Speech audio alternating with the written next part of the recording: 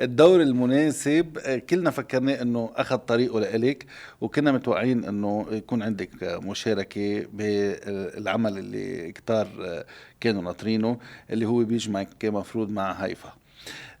وطبعا هذا الموضوع اثار جدل على السوشيال ميديا، وصار في بلبل كتير حوله، وما سمعنا بعد منك هيك رد شافي على هلا الموضوع. بتعرف انه البلبله اللي انا خلقتها، يعني جوابي على السؤال يلي خلق البلبله، بس هو نتيجه شو؟ هو ردة فعل على عمل انتاج شركه جديده. وانتبه، انا ما عندي مشكل، كل انسان بده يبلش من جديد، محل.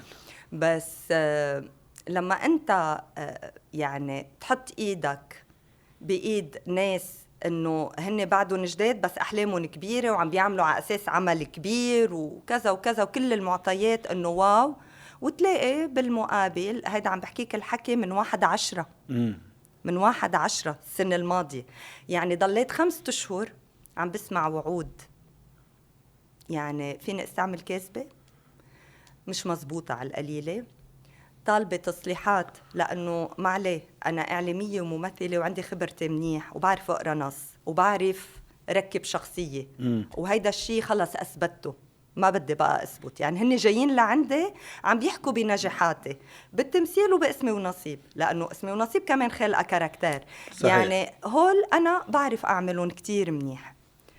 فيا جماعة 1 2 3 إيه ومثل بيقول لك بكره وبعد بكره واذا مش التنين الخميس. هيدي هي ضلينا ماشيين بهالموضوع. بعدين العمل اكيد بيجمعني بحبيبه قلبي، بغض النظر اذا العالم بدها تاخذها بنيه سيئه او نيه مثل ما هي هيفا طول عمرها حبيبه قلبي. ليش انا في شي مره بس ما حسينا هيك على السوشيال ميديا؟ ليش انا قلت هيفا حبيبه قلبي بيجمعني معها عشا بلكي جمعة الجاي، بس العمل صعبه. شو بيكون؟ ليه بدكم تاخذوها بنيه عاطله؟ السوشيال ميديا ما وحت لنا هيك، يعني التعليقات اللي شفناها من الناس مشكلتهم خليني كمان يعني اليوم ما في خلاف انت وهيفا. ليه بده يكون في خلاف انا وهيفا؟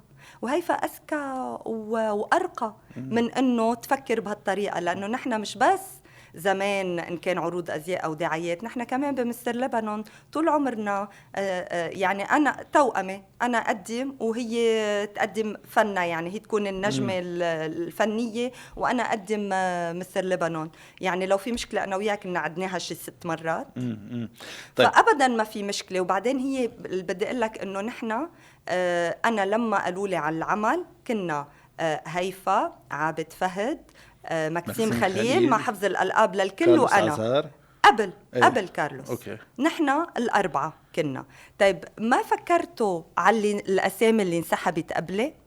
عابد فهد ومكسيم خليل وهن أساتذة واسمهم أكبر مني، انسحبوا قبلي وانسحبت أنا، ومن بعد رجع انسحب كارلوس. ما لفتت النظر هيدي الحركة للناس؟ ليه كل هالأسامي انسحبت من العمل؟ اسمع، أنا عنيت وأجلت حتى اسمي ونصيب الموسم الثالث اللي عم بينعرض هلأ.